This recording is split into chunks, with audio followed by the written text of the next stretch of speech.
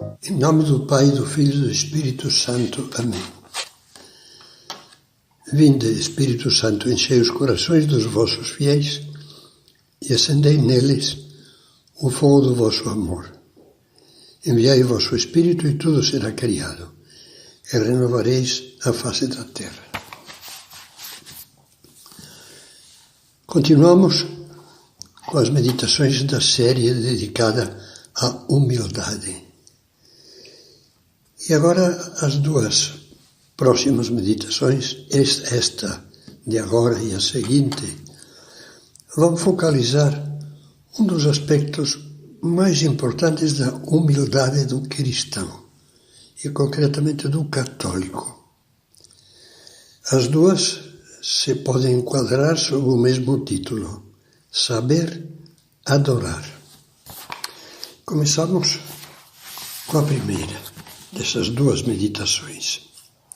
Adorar a Deus. Adorarás o Senhor teu Deus. A adoração é o ato primeiro, básico da virtude da humildade. É como um segundo batente da porta da humildade. Lembremos com Santa Teresa que a humildade é a verdade. Pois bem, a adoração basicamente consiste em saber colocar a nossa verdade de frente à verdade de Deus. Quem somos nós? Quem é Deus? O Papa Bento XVI repetiu diversas vezes que uma das carências mais importantes do mundo atual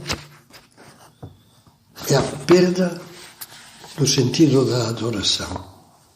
Porque perder o sentido da adoração é perder o sentido de Deus.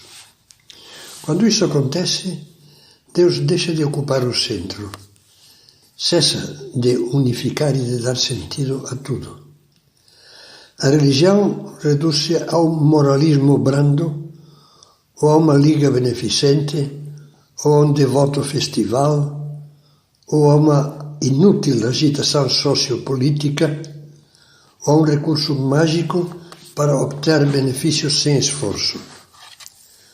Você sabe o que significa a expressão bíblica temor de Deus, tantas vezes encontrada na Sagrada Escritura? Excetuando uns poucos casos, quase sempre significa adoração. Um imenso respeito e uma submissão amorosa a Deus. Por pouco que esteja familiarizado com a Bíblia, perceberá que esse temor não se identifica com um medo vulgar, mas exprime um palpitar interior de veneração, um tremor de emoção encantada perante a grandeza, a beleza, a bondade e o amor de Deus. Eu gosto muito de repetir a definição de adoração que, em pouquíssimas palavras, formulava Santa Elizabeth da Trindade. A adoração é uma palavra do céu. Parece-me que se pode definir assim: é o êxtase do amor.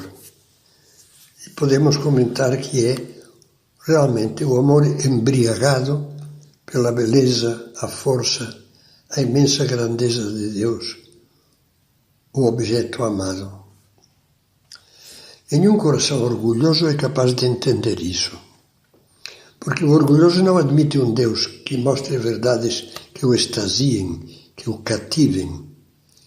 Quer um Deus que não exista, ou pelo menos que não o incomode, que não o contradiga e, sobretudo, que não pretenda se impor.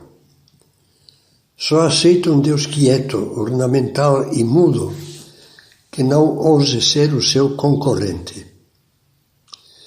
Por isso a pessoa orgulhosa, se não muda, jamais será capaz de saborear a alegria de palpitar em sintonia com Deus. Nunca ficará extasiada com a luz da verdade de Deus. Nunca se identificará com a vontade amorosa de Deus, porque nem sequer conhece o significado da palavra amor. É preciso afirmar alto e bom som que a adoração não é uma humilhação. É o contrário. É uma abertura da alma que nos eleva, nos transporta e nos faz participar, repito, da grandeza, da beleza e da bondade de Deus. Seu símbolo é aquela porta que São João viu no Apocalipse. Depois disto, diz, vi uma porta aberta no céu, e a voz que antes eu tinha ouvido falar-me como trombeta disse, sobe até aqui.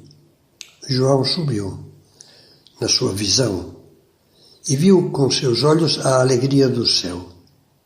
Lá todos adoram com entusiasmo e gratidão, mergulhados na mais indizível felicidade.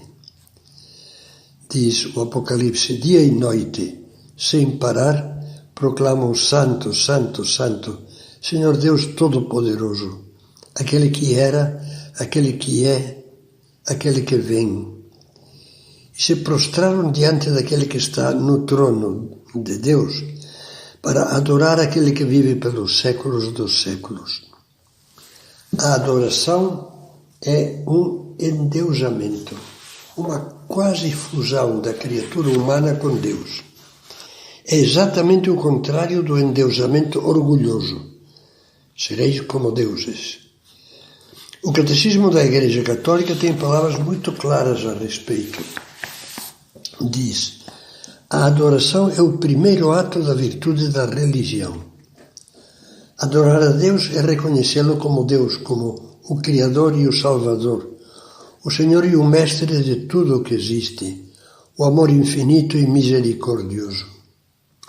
A adoração do Deus único liberta o homem de se fechar em si mesmo, da escravidão do pecado e da idolatria do mundo.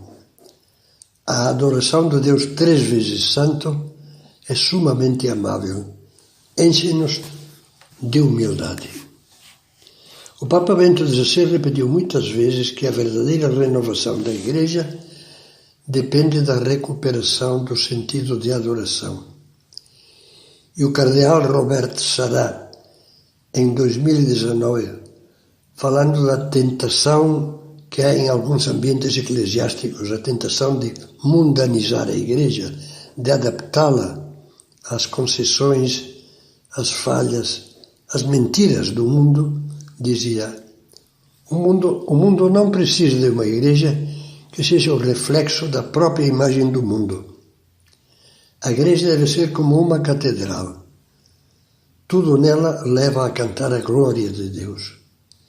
Ela deve constantemente, a Igreja, orientar o nosso olhar para Deus. Um homem de joelhos, diz o cardeal, é mais poderoso que o mundo. É uma fortaleza inexpugnável contra o ateísmo e a loucura dos homens. Um homem de joelhos faz tremer o orgulho de Satanás.